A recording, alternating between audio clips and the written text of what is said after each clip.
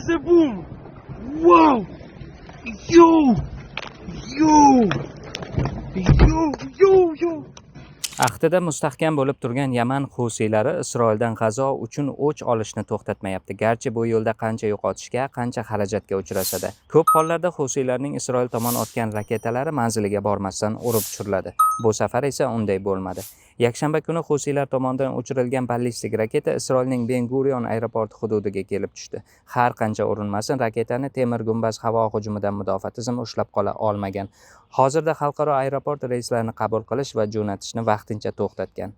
Isroil mudofaa armiyasi raketa Yaman hududidan xususiylar tomonidan uchirilganini ma'lum qilgan. Xususiylarning harbiy voizi Yahyo Sari televideniye orqali bergan bayonotida aviakompaniyalarga murojaat qilib, Ben Gurion aeroporti endi havo qatnovi uchun xavfsiz emasligi haqida ogohlantirdi va tabiiyki bir qator yirik aviakompaniyalar Isroilga reyslarni bekor qildi. Xususiylarning bildirishicha, bu zarba Isroil hududidagi himoyalangan obyektlarga Yamanning zarba bera olishini isbotlaydi. Hujum oqibatida 8 kishi yengil va o'rtacha og'irlikdagi tan jarohati olgani xabar qilindi.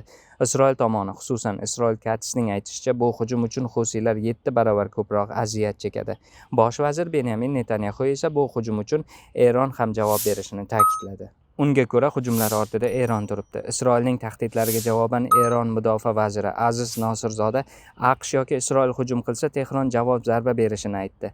Agar bu urush AQSh yoki sionist rejim Isroil tomonidan boshlansa, Eron ularning manfaatlari, bazalari va kuchlarini qayerda bo'lishidan qat'iy nazar va qachon zarur deb topsa nishonga oladi, degan Nosirzoda Eron davlat televideniyasiga. Nosirzoda shuningdek Yaman xususiylari hujumlar uyushtirganda o'zlari qaror qabul qilganini aytib o'tgan.